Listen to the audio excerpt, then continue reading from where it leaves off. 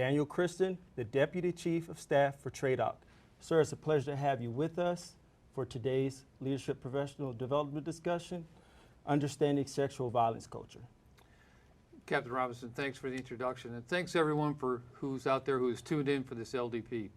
I'd like to first introduce our co-host for today's discussion, Ms. Simone Hall, TRADOC Sharp Program Manager and the Command's Rep on the People First Task Force Sexual Assault, Sexual Harassment Redesign Working Group. Ms. Hall joins us virtually and will add today's discussion providing feedback on our sexual harassment and sexual assault program initiatives. Ms. Hall? Yes, good morning. Thank you, sir. And thank you so much for joining us today on this very important topic, understanding sexual violence culture. Dr. Stern, welcome. I am so glad you could join us as well. And I look forward to your sharing of your extensive knowledge and experience on today's topic. Across the TRADOC enterprise, installations are conducting various events in recognition of Sexual Assault Awareness and Prevention Month, SAPM. This year's theme, Prevention Starts With You, serves as a reminder and emphasizes the critical role we all have in preventing sexual assault and sexual harassment. However, key to our success is ensuring every leader, soldier, civilian on our team understands how sexual violence culture degrades our ability to prevent sexual assault and sexual harassment. I'd also like to take this opportunity to remind all participants that you can obtain confidential assistance by contacting the DoD 24/7 Help Safe line at 877-995-5247 or via email at 222.safehelpline.org.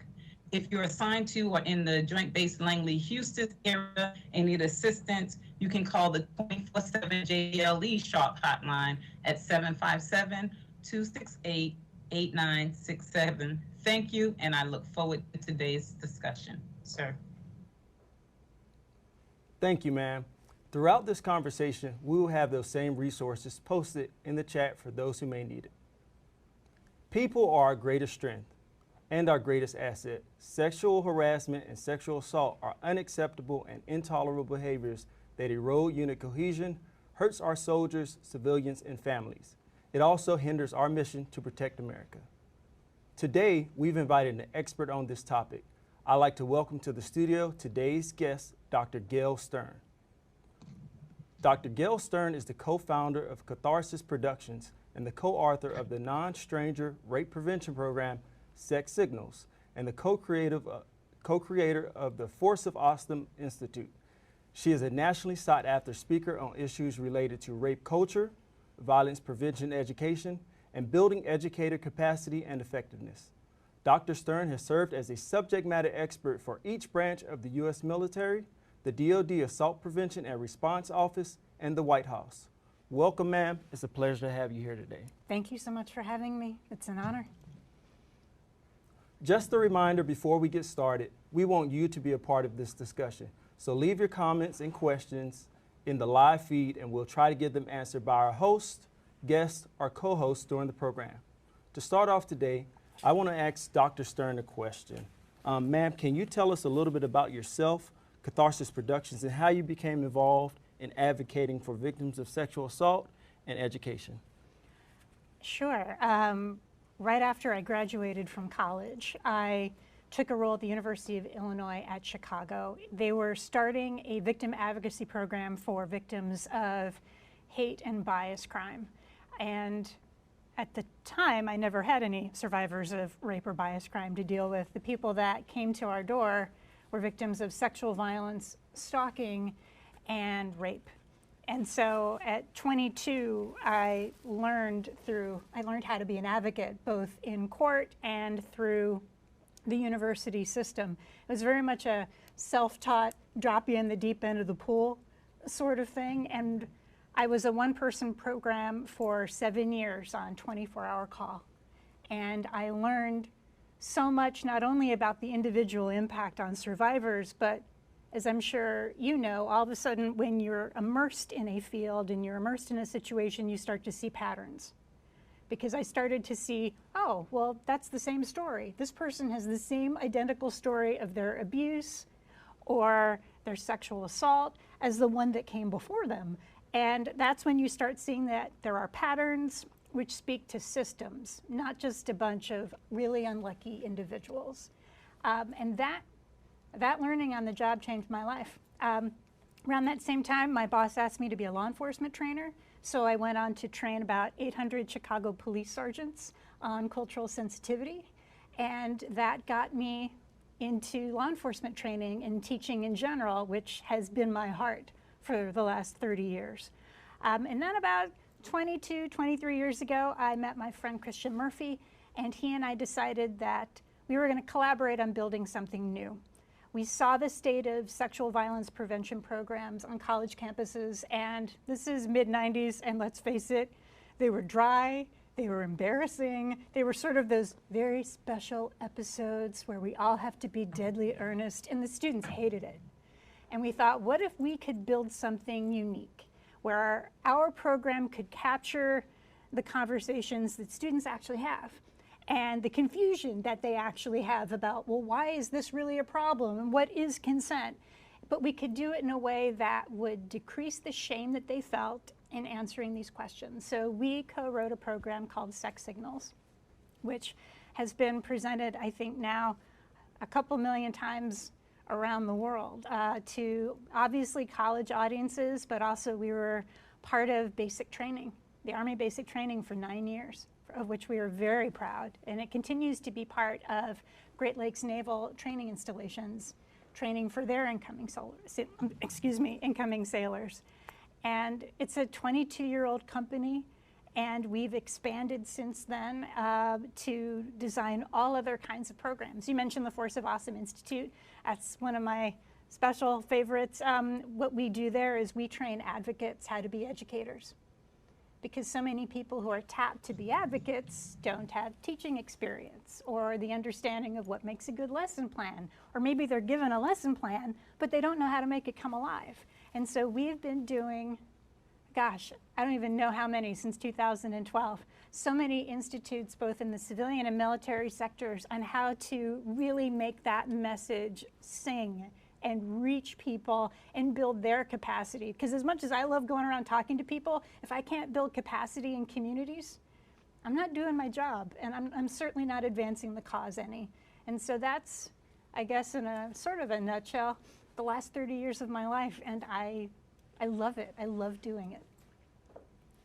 Outstanding, ma'am. Thank you for sharing that with us, part of your story, and also thank you for also incorporating dynamic type of training into a serious subject. Sir, I do want to kick off this discussion by asking you a question. Okay. Sir, I want to know, and we want to kind of, let the audience know, what do you think is leadership's role in the prevention of sexual assault and sexual harassment, sir? Yeah, I think that's a great question to start the series. I would tell you, I think it starts with really leaders being involved and working by, with, and through their NCOs. I see this as almost a personal conversation at the soldier level, if you will, and I think that's a place to start. Look, I think it's leaders' responsibilities to understand their units and the people within their units, where they all come from different backgrounds, socioeconomic experiences. So it starts with really getting to know your soldiers, number one. I think that's really the first place to start. I'd also add, as much as we do training, and there's a lot of different venues for it, I'm not sure that the way we're doing it now couldn't be enhanced in some way. So what do I mean by that, right? So there are opportunities that exist where we can sit knee to knee, toe to toe with a squad or a smaller size unit. It doesn't have to be in the classroom, right? The leaders are out front and present talking about what prevention really is. And so as an example, if an off-the-cuff remark is made, there and then is the time for the leader to step in and say, hey, you know what, that's not appropriate in our environment. And that will be the seedling, if you will, to grow this prevention program. So I think those are a couple ideas. Thank you, sir. And I know you spoke about, our NCOs and training, and that's how, we get at things in the military and in the Army and, different organizations. So I would like to, kind of reach out to Ms. Hall and also Dr. Stern and kind of, seek out input on how do we prevent this from becoming check the block type training, where we do this training when something happens or as an annual requirement and it's genuine and it touches soldiers. I'll go first. So I think General Christian hit the nail on the head. This is opportunity training. So when you have your squads or your units, and I won't use the term downtime, but there's a ability or the time to do training, then that's when we do it. We talk about this continuously because our perpetrators are perpetrating continuously. So it's not, we don't take a knee. And it's more than annual training. It's daily training. It's incorporated in all of our discussions, all of our counseling. It's not so much sexual assault and sexual prevention or sexual harassment, but risk mitigation and how to take care of yourselves and your battle buddies by always being aware of your surroundings and taking the opportunity to have the difficult discussion with your soldiers, with your civilians, with your family members about the importance of preventing sexual harassment and sexual assault. Dr. Stern? Thanks. I think one of the ways to minimize the check the block idea, which I think is not just a military challenge, it's civilian. Believe me, universities love to have their one big sexual assault prevention program during freshman orientation, or they're overwhelmed. So let's just say it is imperfect everywhere. I think our challenge is looking at alignment of messaging. What kinds of programming and I'll speak generally, are we doing from the very beginning someone enters the Army throughout their career, and are the messages consistent? And are all levels of leadership caught up on those new messages? Because as you know, things change very quickly. And so how do I, as an educator, ensure that a leader has all of the tools at their command to be that kind of educator in that moment that you're discussing? Because I can't assume that just because you're smart and you're learned and you've had tremendous experience that you might know in that one moment the perfect thing to say, or let's just say there's no perfect thing to say, but a better thing to say that's really a catalyst. When you and I were talking earlier, we were talking about the challenge between saying, don't do that, that's bad, and what comes next, which is, do you have any idea why that's bad? Do you have any idea why that's harmful? I find that great education always incorporates the why. What are the consequences of that? And that's so important because so many of the behaviors that you're going to be intervening about are behaviors that we've just become numb to. It's like that phrase, the fish doesn't notice the water. We're swimming in it. We are not actively aware of all of the potentially small things that can lead to the building of a toxic environment. And we were talking also about the role of NCOs. I think it is critical. One of the things I don't want to be the good idea fairy. I know that is not a good thing to be. But as an outsider, one of the things that I've observed is how we could do so much more with senior NCOs in leadership. And that the best commands have a very positive senior NCO and officer connection. We also know the converse is true, that when there's that weak connection, obviously that command doesn't have a healthy environment. So what do we do to empower those senior NCOs to be able to really model everything that senior leadership wants and to be consistent? And then I've often been wondering what you could do at the E4 level, because the E4 level is kind of in a weird spot, right? I don't know if the analogy would be they're seniors in high school, but they do have a lot of status. They do command a lot of respect amongst the younger folks. How do we leverage that influence in alignment with what the senior NCOs are doing? How do we build up that core? Because I believe that alignment of messaging, that consistency across all ranks at all stages of educational development, I think that could have real power. And then you don't have any idea that the institution won't look hypocritical or inconsistent if everyone is on message and consistent. Awesome. And ma'am, I know you kind of tapped into the E4 population. Some we call them the E4 mafia in some circles. I have heard, yes. And they are a great population of the Army, and they are a great makeup, and they get a lot of things done. So I want to know, how do we maintain that genuine approach to training? You know, while we are talking about training, how we maintain kind of, you know, baselining those values as we all talk about, but making them actually understand the messaging and how sexual assault and harassment hurts our soldiers.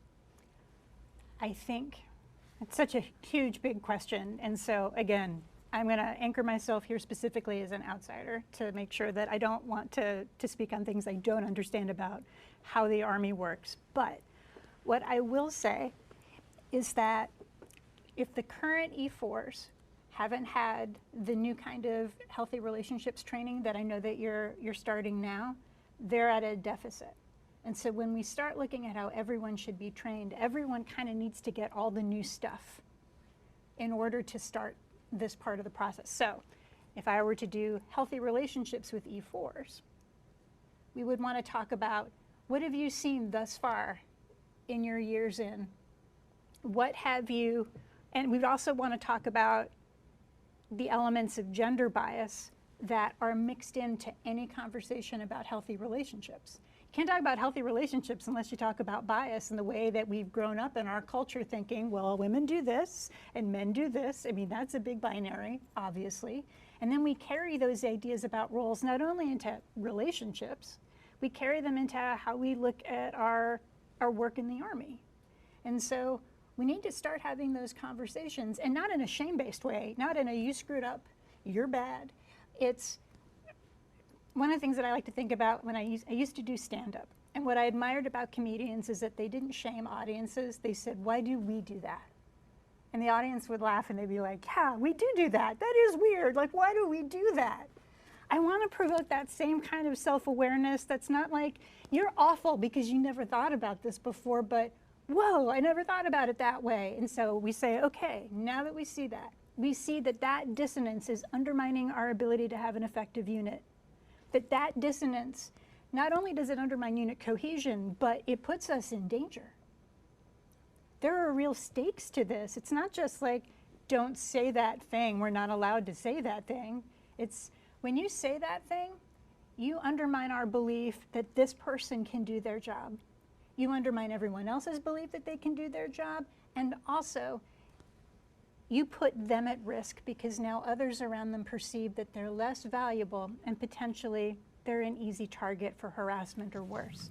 And so we got to teach the why, and we got to let it get complicated, because it's not just a simple don't do that. You have to give people at every level the chance to reflect on what they took for granted, not beat them up for it, but then move them forward.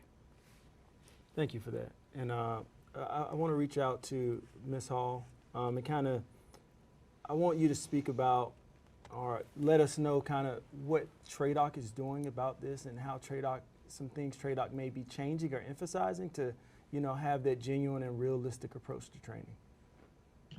So Dr. Stern actually mentioned a couple. The first is the healthy relationships training, and we're initiating that at the MEP station. Those young recruits that are coming in from different, as was stated, socioeconomic backgrounds and different upbringings who may or may not know what a healthy relationship is. So we're going to give them that in the MEP station.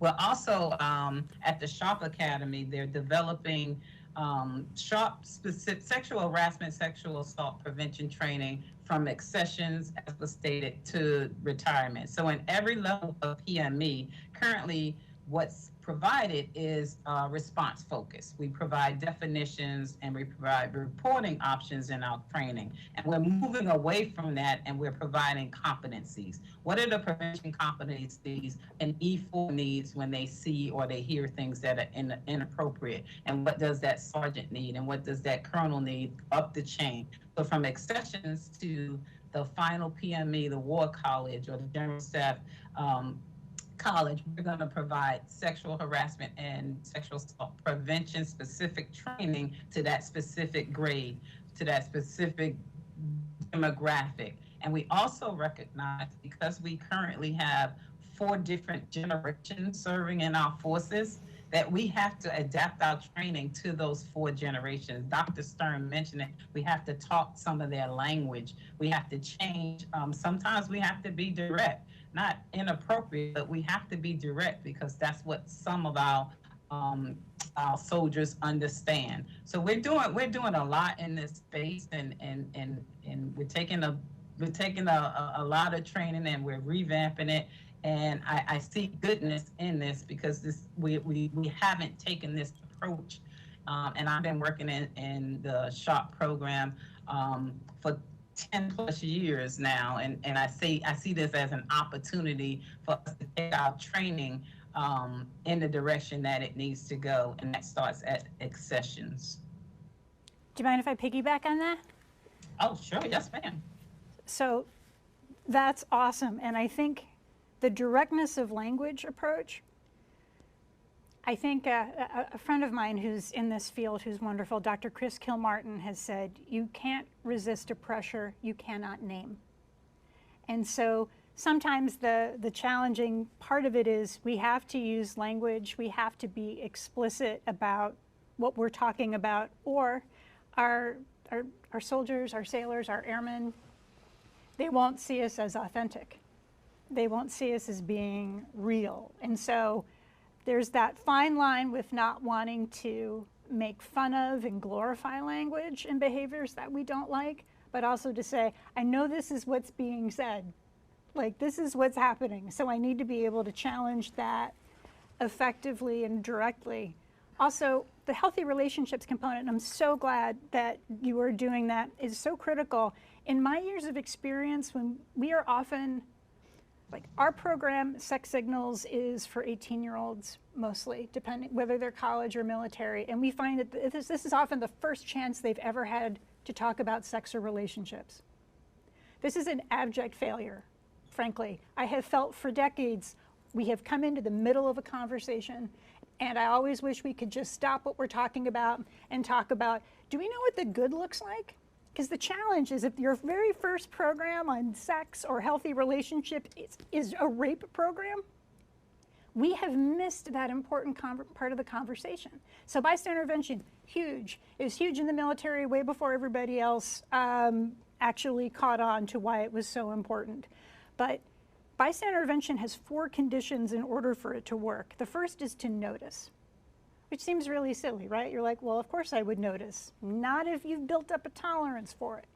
Not if the relationships that you saw your parents have or your greater family had, and maybe those weren't healthy. I don't have stats on like how many healthy relationships exist in the world, but I bet it's not like 90%.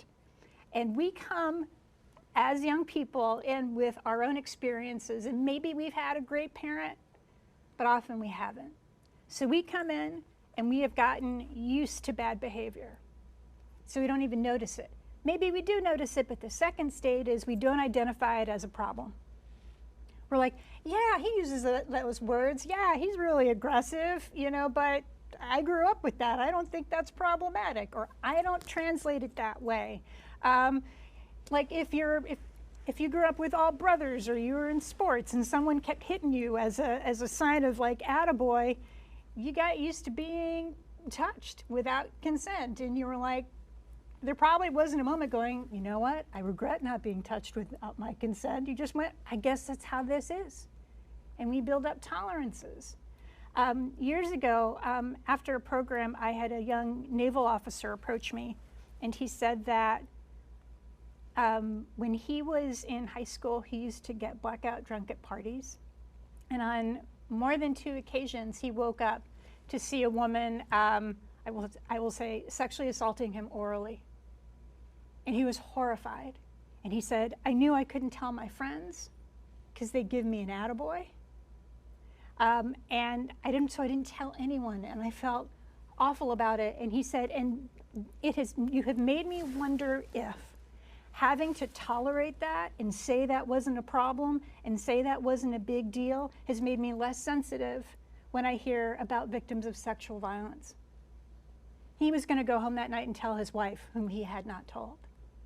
So if we don't think it's a problem based on our own personal experience or just becoming numb to it, then we never hit stage 3, which is my responsibility to do something. Because maybe I say, oh, that's bad, or I finally go, oh yeah, that's bad, but I go, that's not me.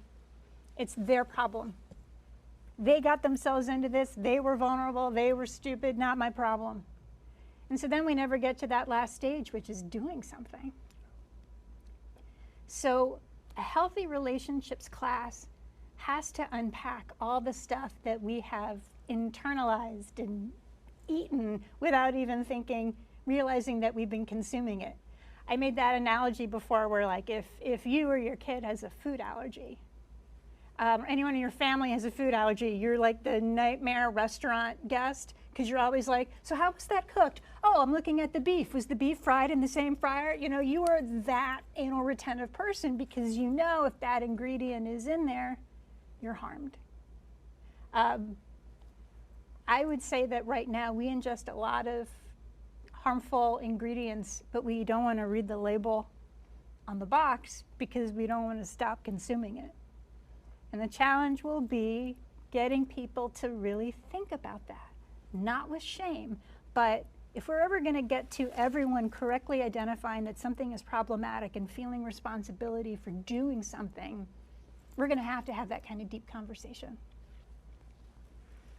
So I'm going to pull on that a little bit. So Simone talked about the various programs that we have really at all ranks of the organization, right? And I don't think this is just an Army problem, but this is the way we're looking at it, right? And then you talked about a couple different things. I mean, the thing that's resonating to me is leaders in and of themselves aren't going to drive a prevention program, if you will, and drive might not just necessarily be the right word, right? It strikes me this is becoming, if it isn't already, very much a team sport. So what do I mean by that, right? So I talked a little bit about earlier, and you had highlighted good relationships, and if someone makes an offhanded comment, it's not stopping the comment in so much as why you're stopping the comment, right? I wonder if you agree or disagree with that thought process in terms of it being a team sport so that we all come to the table as we think about prevention. You know, Christian can't be everywhere, right? My boss can't be everywhere, but I have to be successful. The organization has to be successful by all the soldiers in the organization believing the same thing genuinely is important, and then driving that change. I'm just interested to have any thoughts there. It's absolutely a team effort. And I think any good team is in alignment and understands what the mission is and how, even if they're special teams, they've got a job to do, but it's in alignment with that mission. You can't have someone go rogue. That's the opposite of team. But I will say that all of the research I have read stresses the power of the leader over any other individual. And this doesn't mean that you need to be everywhere all the time. And this is a task that is the enormity of your task is not lost on me. But you're always teaching because you're modeling what good behavior is. You're showing what you should respond to and how you should respond to it. And they learn by watching how you move within the world. That is a 24/7 thing, and that is unique to a senior leader or for a senior NCO. And we know that power, the quality of your team, the quality of any team is based on the quality of that leader. I think they're inextricable, so I will say yes, and there's just no way. But yes, if you don't have a full team that is in alignment on messaging, it can't just be one person. And it also can't just be on the sharp educators. And it also can't be, like we were joking about this earlier, Sexual Assault Awareness Month. Awareness is the most passive word I could ever think of. How about Sexual Assault Action Month? You know, like, we all have to get in there and attack it as a problem as opposed to saying we were aware, we had teal pancakes, we wore pins, we have really, really communicated to the universe that this matters to us. So yes, great team and an even better leader. Great, thanks, Doug. Ma'am, thanks for that. And to note what you said on awareness versus action, we do have a question from Facebook that we want to take. And the question is, how do we transition from teaching soldiers to avoid sexual assault and harassment rather than teaching soldiers to not, perform those actions? Yes, you're asking the age-old question, which is conflating risk reduction with rape prevention. right? I think. And so this is where instead of sitting a bunch of, like, it's funny, instead of sitting a bunch of folks down and saying, all right, rapists, we're going to teach you how not to rape and how not to sexually harass, which is how I think a lot of people anticipate that message is going to be delivered. We have to talk about a culture that has made us see these behaviors as being acceptable. We have to talk about that, and then we have to talk about why they are unacceptable and what the impact is. Not just the human moral impact. I think we often forget about that. It is immoral to harm someone. It is immoral to prioritize your needs over the other person's safety. And that is what we're talking about when we talk about sexual violence. It's saying, I'm way more important than you, so what I want is more important than what you want. That is not acceptable in an army of equals. So you have to have that conversation. And we have to talk specifically about what those behaviors are, and as General Christian said, why those behaviors are harmful. And then we have to have zero tolerance. And that is at every level of the team. That's what you were talking about. If there's, sometimes like you had the parent that let you get away with stuff and then the parent was like, no. And so you're like, I'm tactically going to the one parent that I like. You can't have goofy parent on your team. You have to have them go like, yeah, you screwed up. I'm sorry you did, but let's talk about it. And then we have to talk about consequences for it. I don't need to be hateful, but I need to be 100% clear. Because yes, the responsibility for sexual harassment and assault is on the person who's doing it. And we shouldn't say, hey, sorry, some of you it's an acceptable risk. You joined the armed forces to potentially die for your country, and there's a big risk of being raped. So just be careful, that's on you. I don't think when you say it that way, anyone would support that. No, I don't see that happening. No, I don't. I don't at all. And then for Ms. Hall, just to follow up with that same question, but adding to is, how do we, influence a culture of change? Because we can talk all day, but how do we actually take action to actually change the culture of, telling people what not to do, but influencing the actions that soldiers actually do? So I think General Christian, I agree with him that it's a team effort, and I also agree with Dr. Stern in that there has to be engaged leadership leading that team and setting the example for that team. And then we also have to rely on the power dynamics that are in every organization, whether that be that E1 who happens to be the driver for the colonel, who has some reverent power because of their association with the leader of that organization. And we use those individuals, not use, but we employ those individuals to send out messages as well. I agree, it's about messaging, and it can't be it's April. We're in April. It can't be because it's April we're talking about it, and we're talking about prevention and action, sexual assault actions that decrease our numbers and eliminate sexual assault. But we need to be talking about it January through December, and we need to be talking about it in every opportunity that we have, and not after the event has happened and we see the degrading in our unit cohesion, because now sexual assault in a unit will polarize the unit. Some are going to take the victim's side, some are going to take the perpetrator's side. And we have to avoid that by having the conversations, and we send the right message that is not acceptable, and we need to talk about it, and we need to have those hard discussions.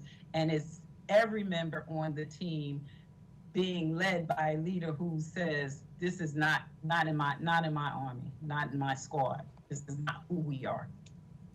Yeah, I want to take a shot at that, maybe a little bit different perspective. So good or bad, I've been fortunate to command at multiple levels in the Army, right? So I've been a platoon leader all the way up through a division commander, and now I'm the DCOS. And I learned a few things along that journey, right? I thought as a company commander, the answer was don't do this, and these are the things I don't want you to do. And for the purpose and time, that was probably an effective message. When I became a assistant division commander, my approach changed significantly. Rather than tell the soldiers what I didn't want in terms of a culture, I told them the culture I did want, what I was expecting them to do to bring the total team, to the fight, if you will. So as a division commander, I was challenged with a couple things. I had 28 states of 13,000 soldiers, so big geographical spread. So my first challenge became, how do I reach out to soldiers from Maine to Florida all the way into Texas? Because like I said earlier, can't get there everywhere, right?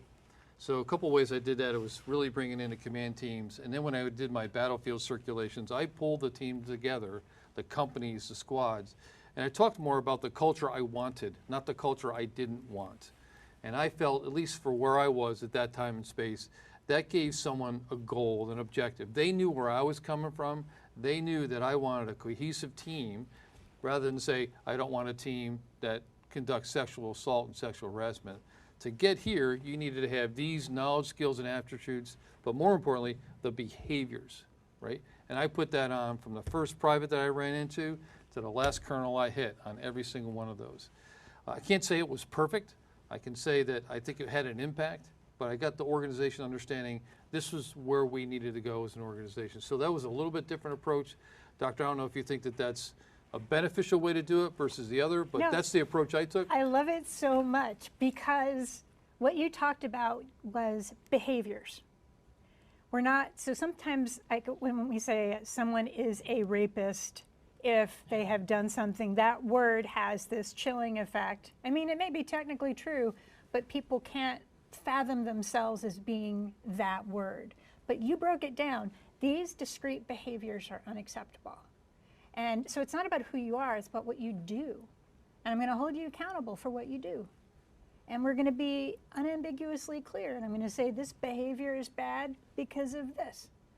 I think that's genius. I think that's what, and also you had, I think aspiring to be better is powerful. We were joking before about how you said you had a workout coach that would tease you about being weak if you couldn't do something or lift something. And I was like, why not change that and say you can be stronger? Like, why not do that? We just get really, we don't even think about it anymore, right? But why don't we say you can be this? You will not lose anything by aiming higher. And so no, I love your approach. I think it's awesome. Thanks. And just out to you, Ms. Hall, I know we're talking about approaches, and I know sometimes we have to take a direct approach at these things. I want to kind of reach out to you and know what are some of the types of myths that you deal with at TRADOC that relates to sexual harassment and sexual assault that kind of hold us back from getting where we need to be. And I'm also curious, do some of those myths kind of transcend to where you work at, or how you work from the outside and what you see? Wow, that's a great question. And over my professional experience, those rape myths have perpetuated significant damage to organizations. And some of the biggest ones, there are many, is that this is a female issue, that sexual violence, and Dr. Stern alluded to it earlier when she gave the example of the young man that was waking up being sexually assaulted and was afraid to share his story because he would have, it would have demasculated him. He wouldn't have been cool. So male victimization is real in the Army. And because we have more men serving, we know we have more men that are victims of this crime, but they do not come forward for a variety of reasons. So that's one of the myths. Another myth is that I find that when you have an individual that may be promiscuous, that they're actually asking to be sexually assaulted because this is who they are, that they enjoy it. And if they say no, pretty much they can't say no because they have been sharing themselves with a variety of people. So now they don't have the option to say, no, I don't want this from you.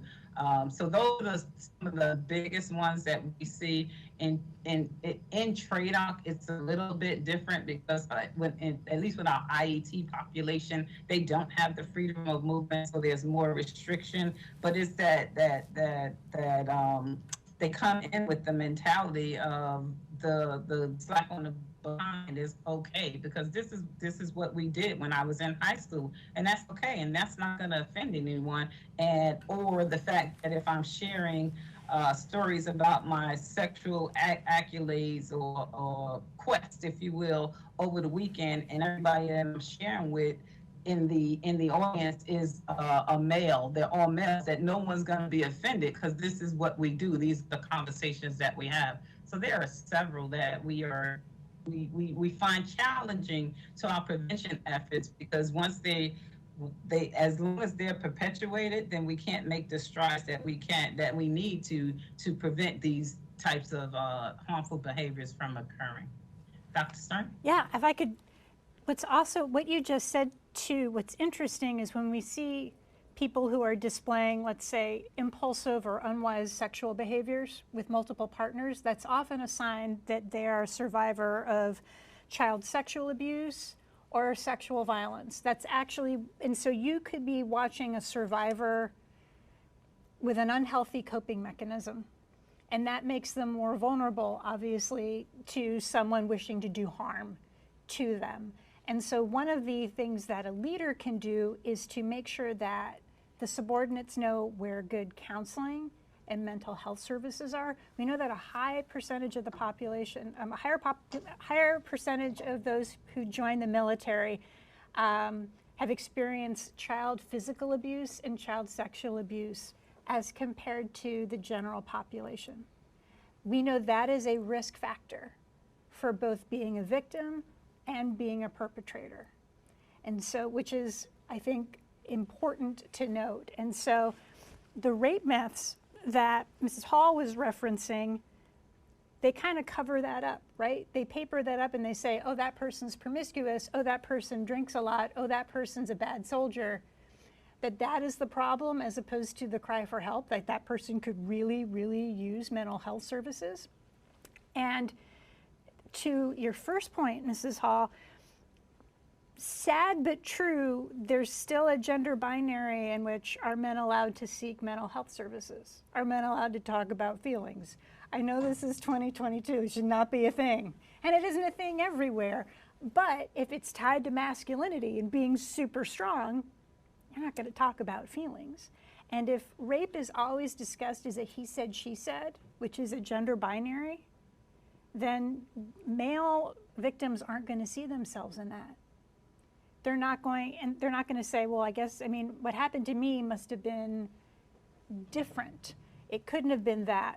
Also, if you have pervading gender bias that women are weak and men are strong, and you watch how women are blamed for their rape and how their rapes are joked about all the time and how you've been making these rape jokes, why would you ever go forward and get the help you need? I often tell people, if we solve the problem of how female-identified victims of rape are treated, you may solve the problem or make a lot of headway, at least, with how male victims of rape are treated, because they're watching, and what they're seeing is not an invitation to get support or accountability. That has to change. That's an excellent point, Dr. Stern. Excellent point. I totally agree. I figure you and I were vibing. Yes, ma'am. So I want to solicit some advice from the outside from you, ma'am. How do we, because, I think everyone at this table and remotely are over the age of 18. Only this much. Maybe about a little bit. So how do we go through those generations and those echelons that we need to in the military and kind of, reach out to that younger generation that some of the senior leaders may be out of touch with? How do we bridge that gap, ma'am? I think you look for good educators that are not much older than the population that you're going to be teaching, because you want to be able to speak that language. When we used to do sex signals, I'm embarrassed, the characters in sex signals were in their early 20s. I played that character until my late 30s, and it was not plausible, it was ridiculous, and I was not a successful educator because these students would say stuff and I'm like, I have no idea what that slang means. And anytime I looked stunned or like a deer in the headlights or like, what is that? I lost credibility and I lost my connection with them. And so that's why we have really well-trained educators that are younger, that they can speak the language but also have the expertise. So I think developmentally, you want to have curriculum that is developmental for how old your students are, but you also want an educator that is fearless, not afraid to hear the responses that they're going to give, because they're going to push you, because they want to see if they can shock you. And I love being unshockable. There will be some educators that it doesn't matter how old they are, where they can work with a range of people and that's just their gift and that's just their talent, but that's not everybody. I would say training the best educator corps that really understands their audience and how to facilitate dialogue, to ask really good questions, which requires not only strong facilitation skills, but fantastic content knowledge, because you're not going to be reading off a slide. It means you're going to be able to have to access what is relevant in that moment and say, okay, I think I hear you say this. Can I challenge you on that? Have you ever thought of it another way? And that way your curriculum isn't aligned to how old they are and your teacher is prepared to deal with that population. Because I will say the same teaching tactics I used with college kids, I did not use when I was training the National Guard. It's a different skill set. Add to that. I'm sorry, go ahead, sir. I want to pull on that thread a little bit if I could, right? So acknowledging that there's a curriculum, if you will, a classroom component to this, if I could kind of put it that way, right? But how do we maintain a continuum outside the classroom, right? So I go to the classroom, I talk to, well, in my generation, whatever that language would be, which is different than my 18-year-old, Sure. right, or my 25-year or 26-year-old specialist. But he's going to come out of the classroom. He or she's going to come out of the classroom, and they're going to put the uniform on. They're going to be in the field. They're going to be wherever they're going to be. And they're going to have a squad leader, probably maybe a little bit older, not much, right? And a platoon sergeant, probably a little bit older. How do we maintain the continuum outside the classroom?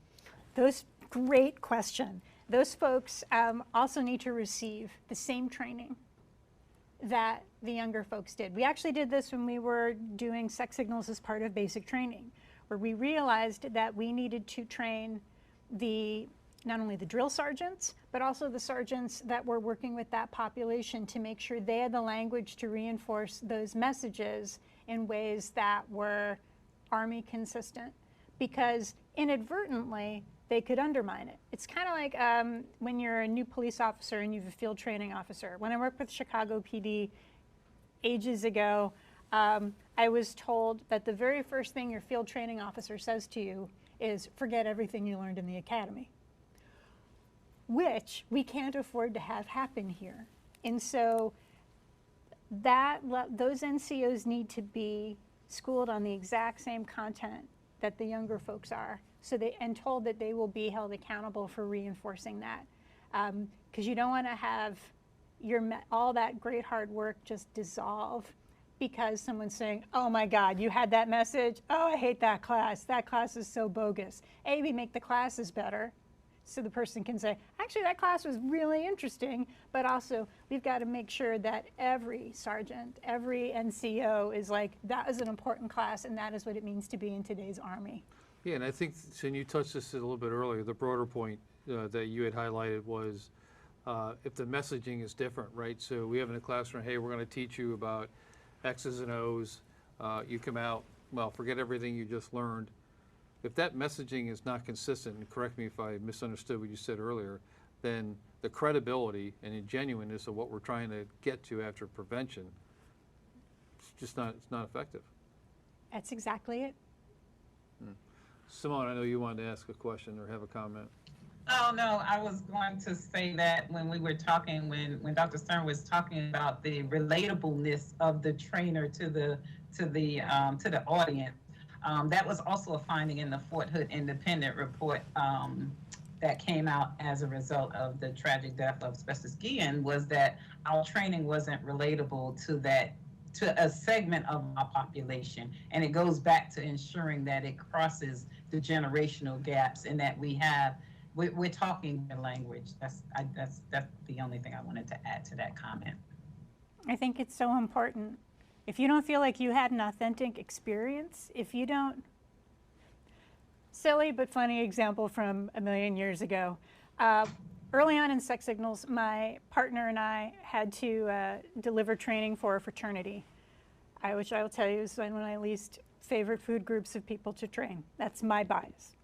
So we get up there, we're like 30 at the time, and they're obviously like 18, 19, 20, but we do our bit, they love it, it's great, and I'm walking out of there thinking, I can't believe I got away with that. When two young men come up to me and they say, ma'am, I just want to tell you that was the best training on that we've ever had. And I was like, oh, thank you. And they're like, because last time they brought in a feminist and it sucked. And I was like, oh gosh, I hate to break it to you, but I'm a feminist. And he looked like, I mean, I was Darth Vader. He was just like everything, just the sphincter shrunk.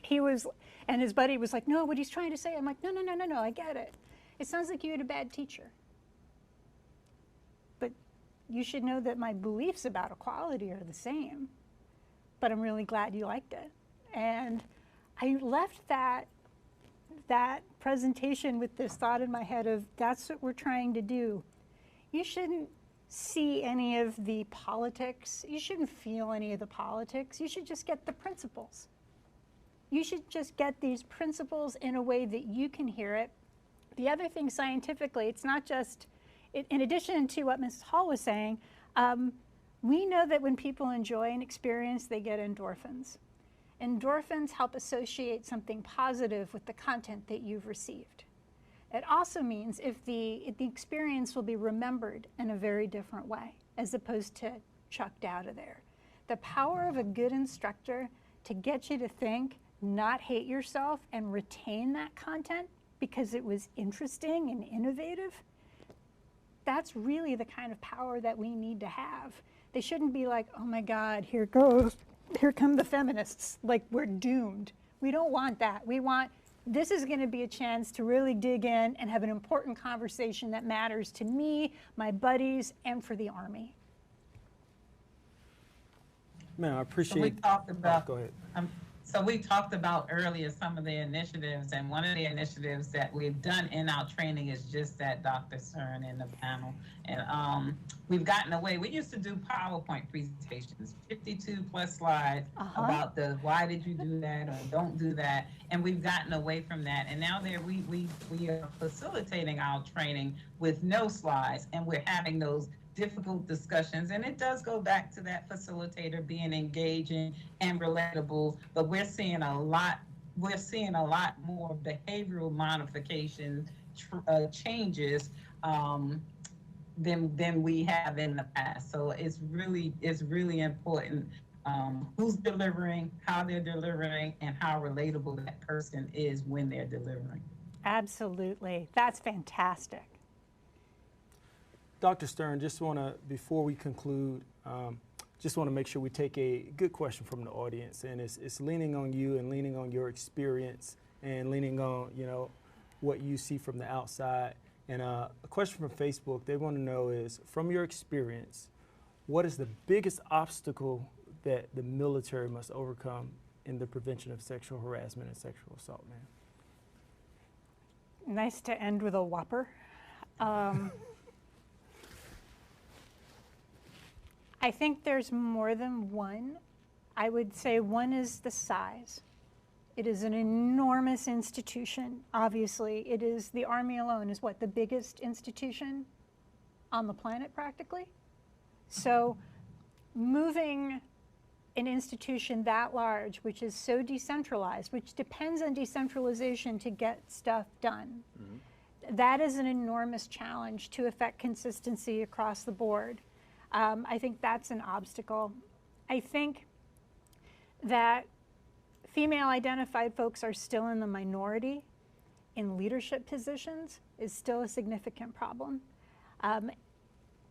It's something that I think is achievable, but as long as you have predominantly or almost exclusively male leaders, they may bring in a culture that is not as inclusive of female perspectives. And so I'm not saying that parity must be achieved, but if we don't have representation for female soldiers and male soldiers to see on the regular, it makes it harder to make the argument that male and female soldiers are equally valued if they're not present as often. And I would say there's a tension that the military has that the civilians don't, which is we have to construct curriculum that actually advocates for kindness and perspective taking and for putting someone else ahead of you outside of self, and maintain lethality. And those two things can seem really opposite to someone. It's sort of like with the football player who's supposed to be the one charging. It's, I want you to hit as hard as you possibly can, and then worry or wonder why they take that kind of behavior off the field. So we have to kind of balance the mission of the military with the fact that we don't treat our own the way that we would treat an opponent. That we are allies, never opponents, regardless of how we identify by gender. And I think that's a sophisticated conversation, but I am confident that once the military puts their mind to it, that we can get there.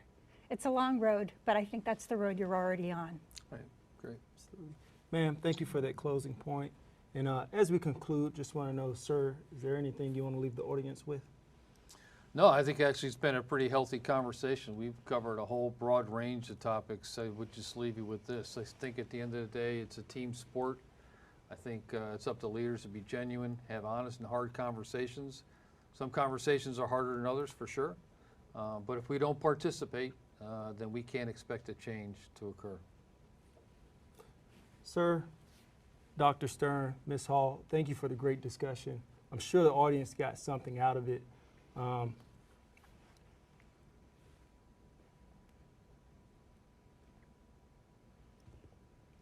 We want to invite you to the next Leadership Professional Development discussion on May 31st.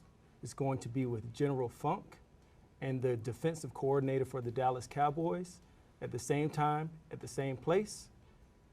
Thank you for joining us today, and remember, victory starts here. Thank you.